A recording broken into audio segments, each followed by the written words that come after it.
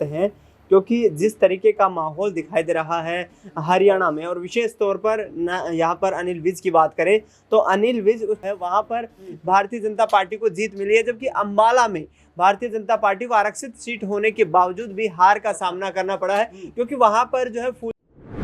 नमस्कार, SPN9 news आप देख रहे हैं। आपके साथ मैं हूं अक्षय अग्रवाल। स्वागत है तमाम दर्शकों का इस खास पेशकश में 2024 का चौकीदार का।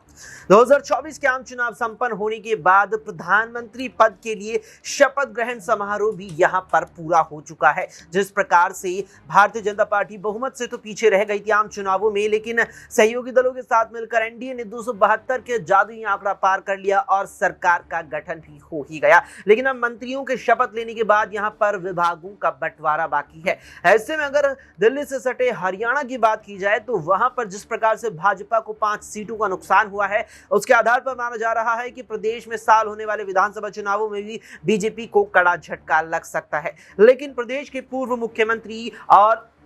करनाल विधानसभा सीट से विधायक रहे मनोहर लाल खट्टर ने करनाल से लोकसभा चुनाव जीत करके यहां सदन तक का रास्ता सांसद के तौर पर पूरा भी कर लिया है, और उसके अलावा उन्हें मंत्रिमंडल में मोदी 3.0 कैबिनेट में भी शामिल किया गया है। ऐसे में सवाल उठता है कि मनोहर लाल खट्टर सरकार में गृह मंत्री रहे अनिल विज का अब क्या होगा। अनिल विज को जिस प्रकार से कोई जिम्मेदारी नायब सिंह सैनी सरकार में नहीं दी गई थी, उसके बाद से ही वो सवालों के कटघरे में थे। लेकिन यहां पर मुख्यमंत्री पद से हटाए जाने के बाद केंद्रीय कैबिनेट में मनोहर लाल खट्टर को जगह दे दी गई है। इसके अलावा जो तमाम मुद्दे हरियाणा में इस वक्त गरमा रही हैं, भाजपा को चुनौती जो दे रहे हैं, उसकी सत्ता को यहां हिलाने के कहीं ना कहीं आधार बनते नजर आ रहे हैं। उन तमाम सवालों पर चर्चा करेंगे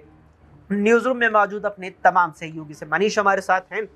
मनीष, हरियाणा की अगर बात की जाए तो जिस प्रकार से नायब सिंह सैनी की सरकार और लगातार ही सरकार को लेकर यह सवाल उठ रहा है कि सरकार मौजूदा कार्यकाल पूरा कर पाएगी या नहीं, जो लगभग 3-4 महीने का वक्त बचा है, क्या इससे पहले न सरकार गिर जाए, क्या लगता है इस पर? देखिए अक्षय, जिस तरीके से यहाँ पे जेजेपी और कांग्रेस ने माहौल बना रखा है हरियाणा सरकार को लेकर, मौजूदा सरकार को लेकर, उसको देखते हुए ये लगता है कि नायब सिंह सैनी पर जिस तरीके से विपक्ष द्वारा दबाव बनाया जा रहा है, उसको देखते हुए समझा जा सकता है कि यहाँ पर सरकार बड़ी आसानी से और बड़ी जल्दी गिरने की संभावनाएं जताई जा रही हैं। क्योंकि यहाँ पर जिस तरीके से देखा कि यहाँ मनोहर लाल खट्टर और यहाँ पर के बाद यहाँ पर नायब सिंह सैनी का मुख्यमंत्री बनना कहीं ना कहीं अनिल विज को रास नहीं आया, तो अनिल विज यहाँ पर बगावत करते हुए भी नजर आए थे। और कहीं ना कहीं ये अटकलें और भी लगाई जा रही हैं कि यहाँ पर अनिल विज जो है वो कांग्रेस और जेजेपी के संपर्क में है, तो तीनों मिलकर यहाँ पर हरियाणा सरकार का खेल बिगाड़ते हुए नजर आ सकते हैं। बिल्कुल, यहाँ पर तीनों मिलकर हरियाणा सरकार का खेल बिगाड़ सकते हैं। लेकिन कहीं ना कहीं जिस प्रकार से मनोहर लाल खट्टर को केंद्रीय कैबिनेट में जगह दे दी गई है, इस पर सवाल हमारे सहयोगी दिनेश से रहेगा।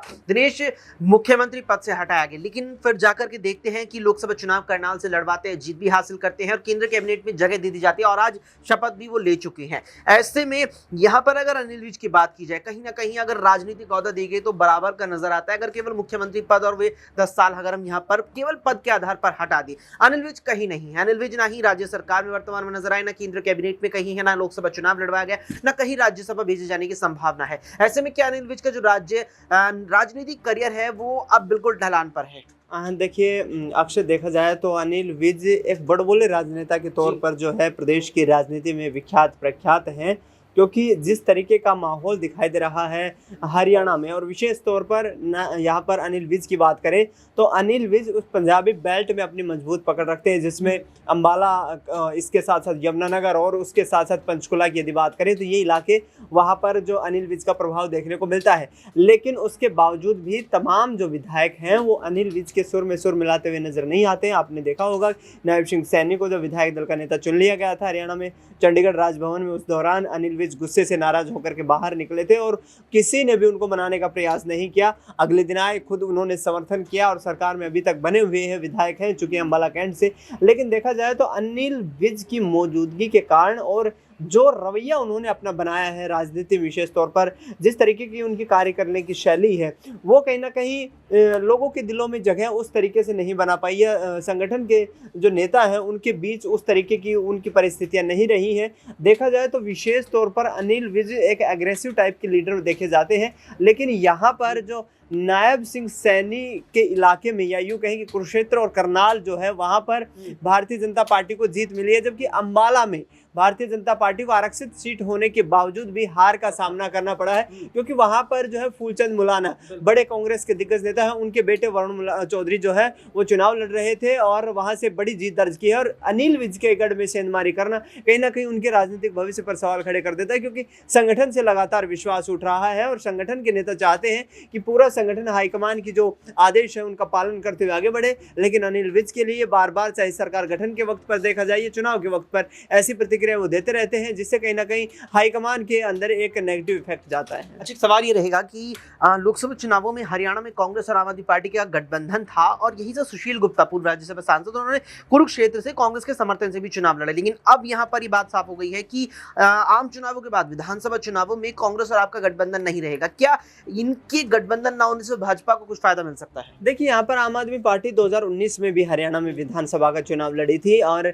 अब 24 में भी तैयारियां कर रही हैं, क्योंकि दिल्ली के सीएम अरविंद केजरीवाल हैं, वो मूल रूप से हरियाणा के रहने वाले हैं। पिछले दिनों एक रैली की उन्होंने हरियाणा के भिवानी पहुंची, वहां पर कहा कि मैं आपकी आवाज़ उठाने के लिए आ गया हूं, पहले मैंने देश की सेवा की सिविल सर्विसेज में रहते हुए और अब राजनीति में उतरा हूं तो आपकी सेवा करने के लिए उतरा हूं। मजबूत आधार नजर नहीं आता, क्योंकि इस चुनाव में जो आमने सामने की टक्कर देखने को मिली। अक्षय, मैं एक सीट का जिक्र करना चाहूंगा, हिसार लोकसभा सीट चौटाला परिवार का गढ़ मानी जाती रही है और वहां पर चौटाला परिवार की इस लोकसभा चुनाव में इतनी दुर्गति देखने को मिली कि 50,000 वोट पार करने में भी यहाँ पर जो है चौटाला परिवार के सदस्य जो है नाकाम नजर आए। तो एक तौर तरीके से देखा जाए तो हरियाणा में इस वक्त जो सीधी टक्कर है वो कांग्रेस और भारतीय जनता पार्टी के बीच है और इस पूरे सियासी घटनाक्रम को देखा जाए तो भाजपा निश्चित तौर पर यहाँ जो है अब संगठनात्मक रूप से विचार करेगी, यहाँ चीज़ों को सही करने की कोशिश करेंगी, क्योंकि भाजपा जानती है कि आधे हरियाणा में कांग्रेस पार्टी ने अपने पैर पसार लिए हैं और यदि इन सीटों पर जहां कांग्रेस पार्टी अब मजबूती से चुनाव लड़कर उभर कर सामने आई है, यदि विधानसभा चुनाव में भी यही आंकड़े सामने आए तो जाहिर तौर पर यहाँ पर जो है सरकार को झटका लगता हुआ नजर आएगा। बीजेपी को यहाँ पर हैट्रिक लगाने में एक बड़ी चुनौती का सामना करना पड़ सकता है और विशेष तौर पर क्षेत्रीय दलों की भूमिका यहाँ पर अहम रहेगी, जिसमें इनेलो, जेजेपी या अन्य क्षेत्रीय दल जो है वो कहीं ना कहीं एक, दो, तीन सीटों पर यहाँ पर काफी मजबूत है और वहां पर जो 45 लोकसभा सीटों का, माफ कीजिए, यहाँ पर 90 विधानसभा सीटों में यहाँ पर 46 का जो जादुई आंकड़ा है वहां पर क्षेत्रीय दलों की भूमिका अहम हो जाती है। आपने दुष्यंत चौटाला का उदाहरण के तौर पर यहाँ पर देख लिया है। बिल्कुल, यहाँ पर क्षेत्रीय दल बड़ी भूमिका अदा करते हैं, फिर चाहे अब वो जेजेपी हो, इनेलो हो या फिर यहाँ पर अन्य कोई भी दल हो। यानी कुल मिलाकर के अगर देखा जाए यहाँ पर तो भारतीय जनता पार्टी अब की बार जो हैट्रिक करने जा रही है उसकी राहें आसान नहीं है। कई मुद्दे हैं, चाहे किसान आंदोलन हो, इसके अलावा चाहे अग्निवीर योजना हो या अन्य या कई और भी मुद्दे हो, या फिर मनोहर लाल खट्टर सरकार जो बीते 9.5 साल चली है, कई मुख्य रूप से बीते